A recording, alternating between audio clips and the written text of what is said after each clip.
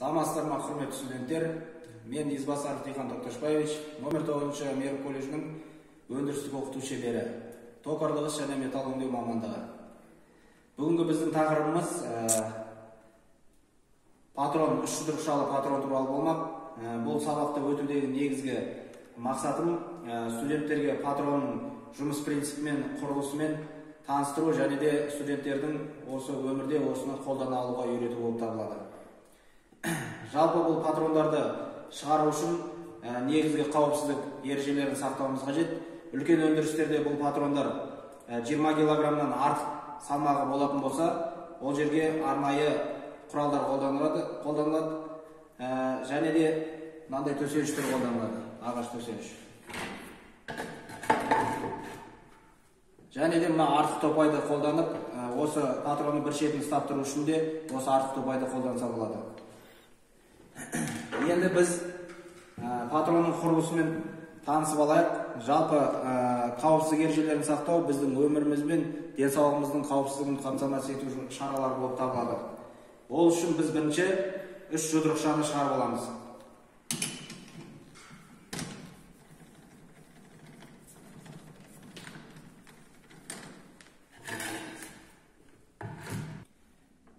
Міне соңғы жағына жеткен кезде астынан ұстап тұруымыз қажет жұдырықшаны. Өйткені ол ары қарай түсіп кетуі мүмкін. Бұл жақта астында поддон болады және сұйықтар, салқындату сұйықтары, майлар, содан кейін жоңқалар жатуы мүмкін. Соның арасына түсіп кетпеу үшін біз бір жағынан ұстап тұруымыз қажет. Міне патрондарды шығарып алдық. Келесі кезекте артында үш қатайтатын болт болады. Соларды шығарамыз. Мына үш болтты шығарып аламыз және де патронды бір қолмен астынан ұстап тұрамыз. Үш болтты шығарып аламыз және енді бізге арнайы осындай төсеніш керек және ол ағаштан болуы қажет. Бірінші мына ортадағы қақпақты ұстап тұратын үш болтты шығарамыз. Міне үшінші болтты шығарып жатырмыз қазір. Және мына жерде өзінің патайында орналасқан тағы да үш стопырлы винт болады. Соны шығарамыз. Оны шығару үшін мынандай кішкентай отвертка қажет бізге. Мына стопырлы винтті шығарамыз.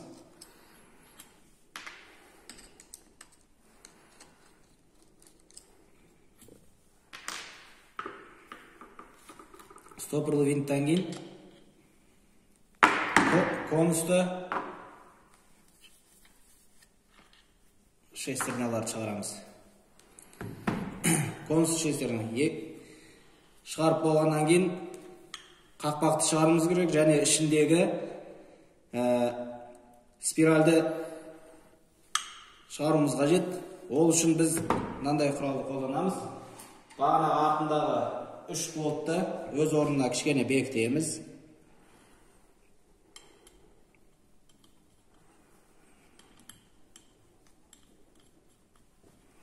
Егер бұл қысылып шықпай қалатын болса, мына үстінен кішкене күшпен ұрып жібереміз.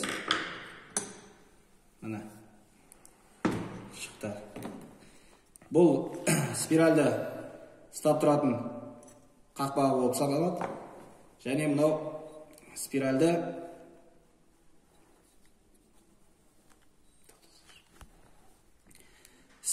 диск. Көрдіңіздер, мына жерде шестернялы іліністер тұр. Енді спиральді дисктің ішінде негізгі қызмет атқаратын бұл Архимед спиралі болып табылады. Бұл Архимед спиралі жұдырықшаларды тура центрге келу қызметін негізгі атқаратын жұмысшы орган болып саналады. Енді бұны қайтадан жинау қажет. Жинау үшін қайтадан орнына келтіреміз. Толық орнына жатқандығына көз жеткіземіз. Қимылдап тұрма, арлы бері айналып тұрма, айналысқа келсе, келесі біз конусты саламыз. әрқайсысы өз орнында тұруы қажет. Тура өз орнына тұрмаса, ол дұрыс қызмет атқармай қалады. Ертең жұмыстан шығуына тікелей себепші болып саналады. Мына конусты шестерінен ұстап тұратын стопырлы винтті бұрап болдық. Енді бұны кілт арқылы көреміз. Толық айналып тұрғандығына көз жеткіземіз. Енді келесі қақпағын жабамыз. Қақпақ орнына түсті. Арнайы өзін ұстап тұратын 3 болты бар. Соны орнына бекітеміз. Патронды айналдырып қалып келеміз. Өзінің 3 қатайтатын болт арқылы қайтадан өз орнына бекітеміз.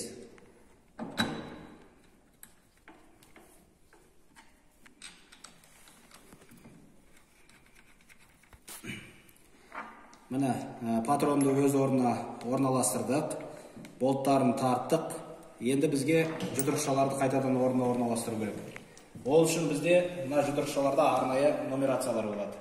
Міне мынада 1 деген нумерация болады. Міне 3 және 2. Егер бұл нумерациялар болмаған жағдайда бұны қалай қоямыз орнына? Бұлай тегіс жерге қоямыз. Мына биіктігіне қарай анықтаймыз.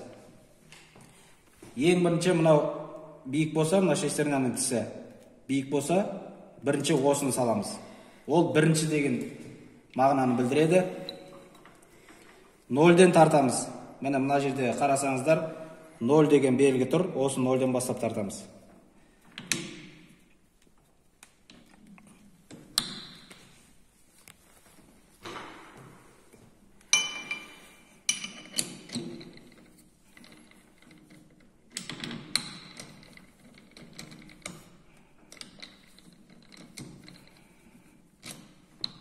Тарттық.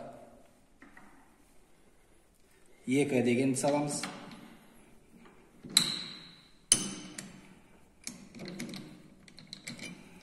Екі деген салмай тұрып, мына жерде Архимед спиралінің келгендігін қадағалаймыз бұны. Қарасаңыздар, мына жерде Архимед спиралі келіп тұр уже.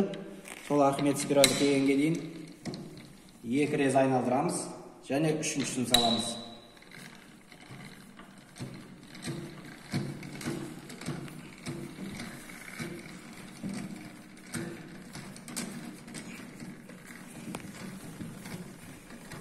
Мына қарап тұрсаңыздар, үшеуі де бірдей уақытта келді. 3 жұдырықша бір-біріне толық беттескен кезде бұл тура шықты деген сөз. Мына құрметті студенттер, осымен бүгінгі сабағымыз аяқталды. Көңіл қойып тыңдағандарыңызға рахмет.